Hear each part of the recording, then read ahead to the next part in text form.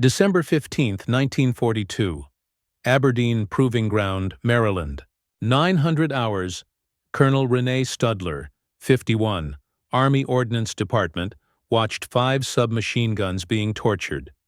Mud test, ice test, sand test, drop test, fire test. These weren't just any submachine guns. They were prototypes of the T-20. Built by George Hyde, 52, firearms designer. Built from stamped metal and spot welds. Built to cost $20. Army brass. Looks like plumber's nightmare. Ugly, cheap, won't work. But Studler saw something else. He saw a gun that didn't need machinists, didn't need craftsmen, could be built by auto workers in 24 hours.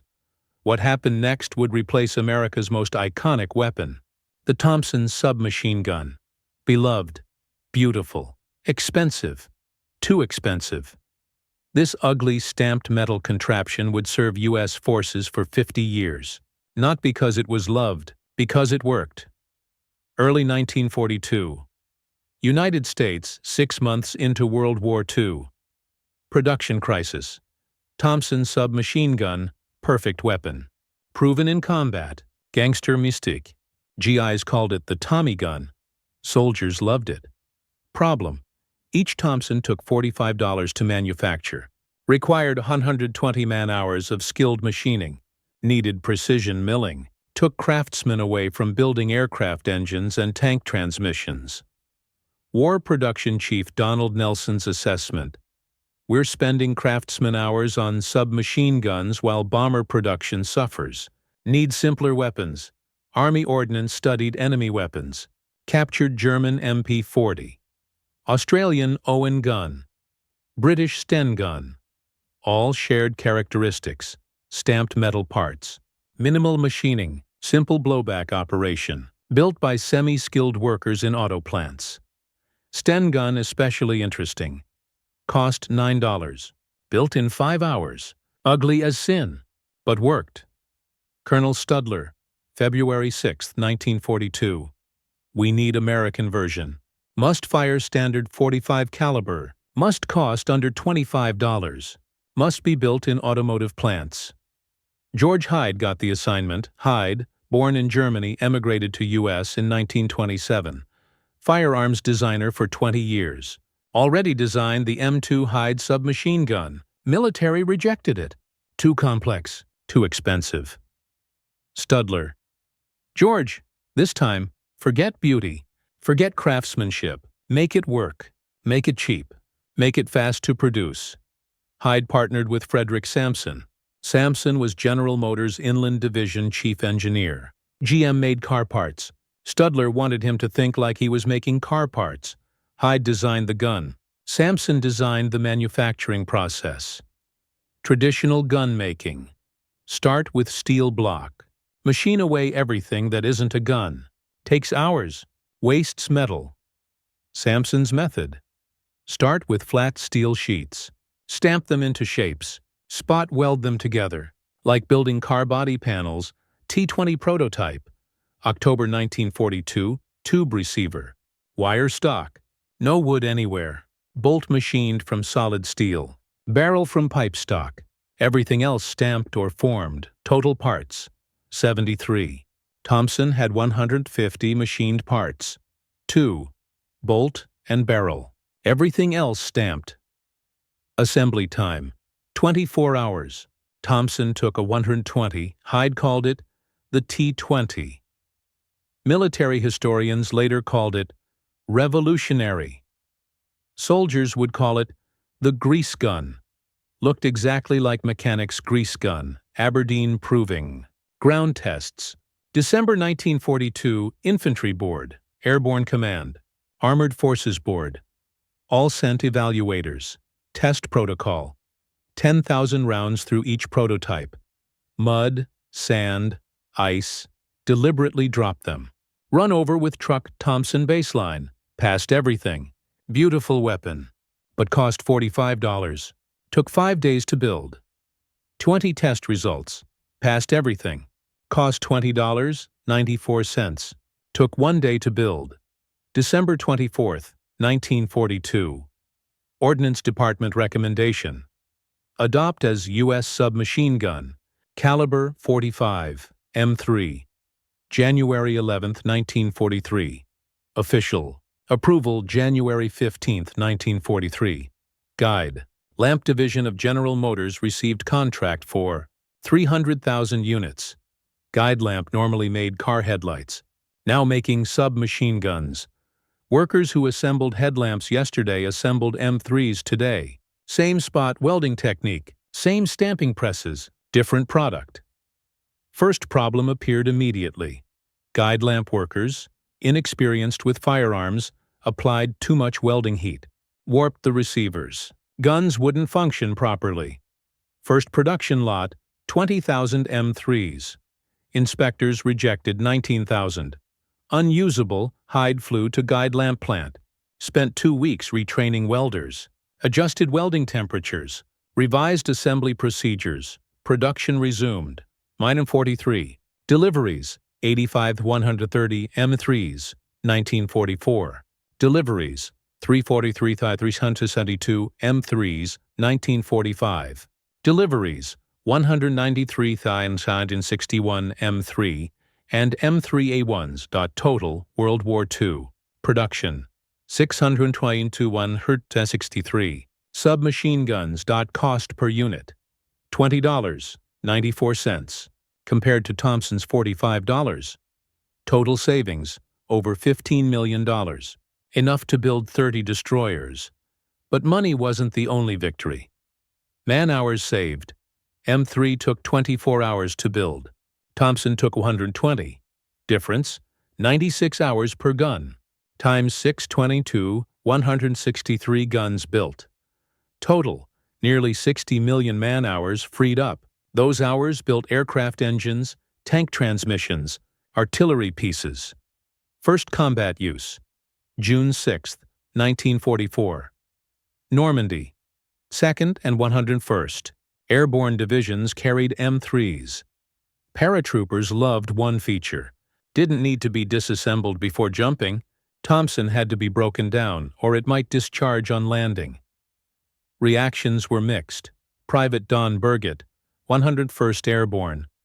Piece of junk. Give me my Thompson back. Others disagreed. Staff Sergeant Robert Hughes, 2nd Armored Division. Accurate, reliable, fits in my tank. Thompson was too long for turret work. Tank crews especially valued the M3. Sherman tanks carried up to 5 submachine guns. For local security. For escaping disabled tanks, M3's compact size fit in tank compartments. Shorter than Thompson by 7 inches, lighter by 4 pounds. Real test came in sustained combat. 9th Infantry Division, Belgium. January 1945. Heavy combat during Battle of the Bulge. After-action report, February 5, 1945. M3 submachine gun proved most reliable weapon for patrolling. Functioned in extreme cold. Fired accurately at short range. Recommend for squad leaders. Grease gun's reputation grew slowly. Not from love. From respect. It worked when wet.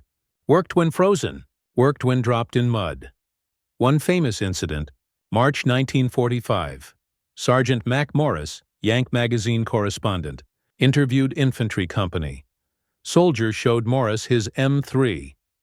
Magazine release had been hammered with a ball-peen hammer, bent to hold magazines more securely. Soldier. Thing kept dropping mags when I slung it over shoulder. Hit it with hammer, fixed. Field modifications became common. Units cut M1 rifle springs into sections. Replaced M3's guide rod springs. Increased rate of fire. Improved reliability, the Ordnance Department noticed. These weren't complaints. These were improvements. April 1944. Hyde and Sampson began designing M3A1. Addressed field complaints, major change. Eliminated cocking handle. Handle kept breaking off when dropped. New method. Bolt had a finger hole. Shooter just stuck finger in. Pulled bolt back. Simple. Unbreakable. M3A1 stock became multi-tool. Served as barrel wrench. Magazine loader. Cleaning rod. December 1944. M3A1 approved for production. Total M3A1s built in World War II, 15,469. War ended before mass production started. But those 15,000 went to special operations units, tank battalions, airborne forces. German assessment came from captured enemy intelligence officer, March 1945. American M3 is inferior in appearance to MP40, but superior in reliability. Functions in conditions where MP40 fails. Indicates American industrial philosophy. Function over form. That philosophy defined the M3. Soviet Union received M3s under Lend-Lease. Their evaluation, crude but effective. Typical American weapon. Built for mass production rather than individual craftsmanship. Medal of Honor recipient Technical Sergeant Charles Carey used M3 in combat.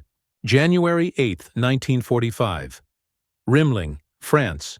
397th Infantry Regiment Carey, armed with M3, convinced 30 to 40 German soldiers to surrender. Later that day, after switching to bazooka and rifle, disabled enemy tank and eliminated its crew. Carey survived the war. Returned to Ohio, kept his M3. When asked about it in 1984 interview, wasn't pretty, wasn't fancy. But when I pulled that trigger, it fired, every single time. That's all that mattered. After World War II, M3A1 continued service. Korea, Vietnam, even Desert Storm in 1991. Why such longevity? Simple design, minimal parts, easy maintenance, worked in any climate. Special Operations Forces used suppressed. M3A1s. Bell Laboratories developed sound suppressor specifically for M3. Made almost silent. Delta Force carried suppressed M3A1s in counterterrorism operations through 1990s Army finally retired M3A1 from armored vehicle crews in 2000, replaced by M9 pistols and M4 carbines. 57 years of service. For a gun designed as disposable. George Hyde never became famous. Died 1963, age 73. Obituary mentioned M3 in passing. Focused on his earlier designs, Frederick Sampson continued at General Motors. Retired 1955, credited with revolutionizing firearms manufacturing. Made guns like car parts. Colonel Studler retired 1946. Brigadier General by then. His legacy, proving military weapons didn't need craftsmanship, needed functionality. Today, M3 grease gun in museums worldwide. National World War II Museum, Smithsonian, Imperial War Museum. Educational programs teach it as case study. Harvard Business School. M3 submachine gun, triumph of industrial design. Principle taught. Sometimes better is worse. Thompson was better weapon, but M3 was more producible, more available, more maintainable. In total war, producibility matters more than perfection. There's a display at Springfield Armory Museum. Thompson M1A1, next to M3 grease gun Thompson. Beautiful wood stock. Machined receiver. Precision engineering. Price tag, $45 M3. Stamped steel. Spot welds. Wire stock. Price tag, $20.94. Sign reads. Both served with distinction. One cost half as much and freed 60 million man-hours for war production. Students visit. Ask guides. Why'd they replace the beautiful gun with the ugly one? Guides explain, war isn't won by beautiful weapons. War is won by logistics, by production capacity, by available weapons when needed. The lesson isn't about firearms. It's about priorities. When resources are limited, perfect becomes the enemy of good enough. Thompson was perfect. But America couldn't build enough Thompsons fast enough while also building planes and tanks. 3 was good enough, and America could build hundreds of thousands while still building everything else. Next time you face choice between perfection and production, remember, sometimes the ugly solution that works is better than the beautiful solution that's too expensive. George Hyde never set out to build the most beautiful gun. He set out to build the most buildable gun. And 60 million saved man-hours proved he succeeded.